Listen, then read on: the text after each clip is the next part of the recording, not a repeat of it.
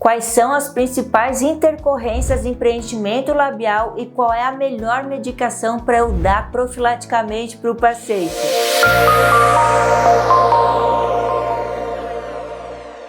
Se você é profissional da harmonização facial, se você faz preenchimento labial, esse vídeo é para você. Já deixa aqui seu like, já curta que esse assunto vai ser bem importante para o seu negócio, seja você experiente ou seja você iniciante. Sou Ana Elisa Pavlenko, professora de harmonização facial, e nesse vídeo vamos falar sobre preenchimento labial, que é um dos tratamentos mais procurados em clínicas de harmonização facial. Muitos profissionais me mandam mensagem e falam que tem dúvida em relação à medicação, como medicar, o que fazer no tratamento de preenchimento labial. E eu vou passar para você a minha experiência em relação a isso, o meu protocolo.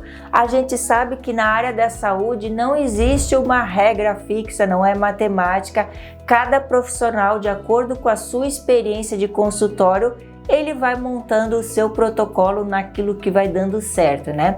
Então hoje eu vou falar para você o que funciona para mim, que eu uso há anos, e o que eu não vou modificar, porque tem funcionado muito bem. Preenchimento labial, a gente tem duas situações. Aquele paciente que ele já é nosso paciente, que ele já fez uma seringuinha, às vezes ele volta e diz assim: olha, doutora, eu amei, eu amo seu preenchimento labial, o seu trabalho, só que eu quero mais volume. Já aquele paciente que já conhece o nosso trabalho e ele quer uma volumização maior. E para fazer volumização maior, você vai ter que colocar mais produto, você vai ter ali mais rompimento de fibras naquele lábio, gerando maior edema. A gente sabe que os anestésicos, quando o preenchedor ele tem um pouquinho de anestésico, a tendência é dar um pouco mais de edema. Todos os meus preenchedores na face eu prefiro sem anestésico, mas em lábio eu compro preenchedores com anestésico na sua composição.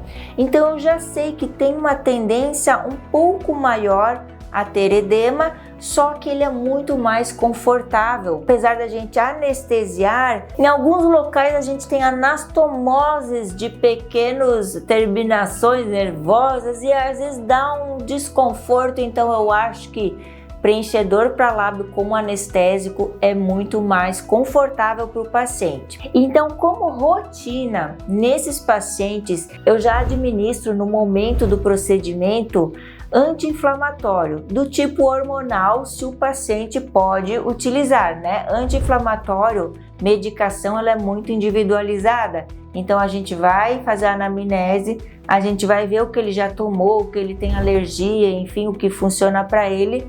E aí a gente vai fazer aquela prescrição personalizada. Então, se o paciente ele pode tomar dexametasona 4 mg, é o meu anti-inflamatório de eleição para preenchimento labial, porque a gente vai ter nesses casos um edema considerável. Então eu quero modular aquela inflamação que o procedimento vai ocasionar, né? É uma inflamação, lógico que planejada. Então eu administro 8 mg de dexametasona no momento da aplicação, quando ele chega no consultório, meia hora, 40 minutos antes, né? Até eu anestesiar, até eu atender aquele paciente, já deu efeito desse anti-inflamatório, já está circulante. Então, é o meu protocolo de eleição, claro que é individualizado. Então, dexametasona, 8 mg ou 2 comprimidos de 4 mg no momento da aplicação, tá?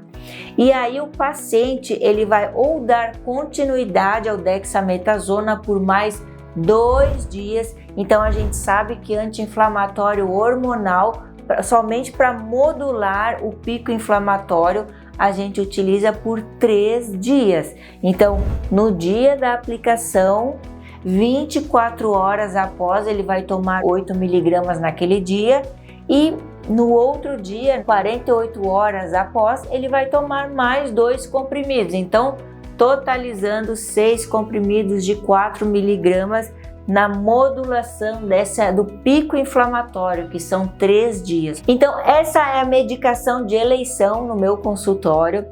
Se ele está com dor, aí eu administro também um analgésico. Eu gosto bastante do Dorflex, paracetamol, enfim, né, eu converso com o paciente o que ele está acostumado a tomar para dor, e eu também prescrevo em caso de necessidade, em caso de dor moderada a fraca. Gente, 80% dos casos fica só nessa medicação. Eu não administro antibiótico, não há necessidade, tá? Inclusive, assim, o índice de infecção no consultório ele é baixíssimo, baixíssimo mesmo. Praticamente ele é inexistente, tá? Em preenchimento labial. Então, não tem necessidade em dar antibiótico profilaticamente. Alguns pacientes, eles não querem tomar anti-inflamatório hormonal, então eu dou um AINES normal. Eu gosto bastante do Flancox, ele não tem alergia. Flancox, então 400 mg de 12 em 12 horas. Em pacientes que eles já não têm tanta preocupação com esse edema, que tudo bem, eu vou ficar em casa, não tem problema se ficar um pouquinho inchado, então eu geralmente prescrevo ibuprofeno, tá? Ibuprofeno 600 mg de 12 em 12 horas. Então esses são os medicamentos usuais de rotina que a gente prescreve para preenchimento labial. Tem profissionais que eu sei que profilaticamente eles já prescrevem ou eles já administram no próprio consultório fexofenadina, mas eu não costumo prescrever porque na minha casuística eu não vejo necessidade, ok? A não ser que o paciente ele já tenha algum histórico de alergia, enfim, então isso aí é muito individual, mas de rotina eu não prescrevo. Então eu não prescrevo nem fexofenadina e nem antibiótico de rotina.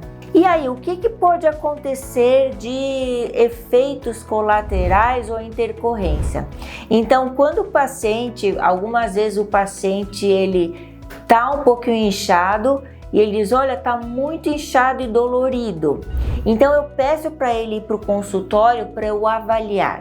Se você vê que o lábio tá inchado, mas ele ainda mantém a arquitetura normal, ou seja, ele ainda mantém o contorno labial normal, você pode considerar que é apenas um edema, tá? Que ele é iminente do procedimento, ele faz parte. Porém, se o lábio ele já está com volume muito grande e ele está perdendo o seu contorno natural, ele está ficando meio formato de salsicha, você tem que considerar uma infecção.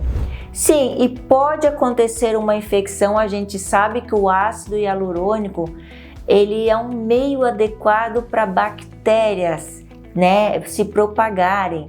Então, para isso, o paciente ele tem que estar com a sua imunidade baixa, o ambiente tem que estar propício para essa infecção. Pode acontecer? Pode, infelizmente pode. Então, se o seu paciente voltar com o lábio muito inchado, perdendo o contorno, você tem que considerar sim essa infecção, você vai anestesiar, você vai medicar, aí sim tem que entrar com antibiótico e tem que fazer a retirada daquele produto. Mas não se assuste, porque isso aí é passível de ser removido.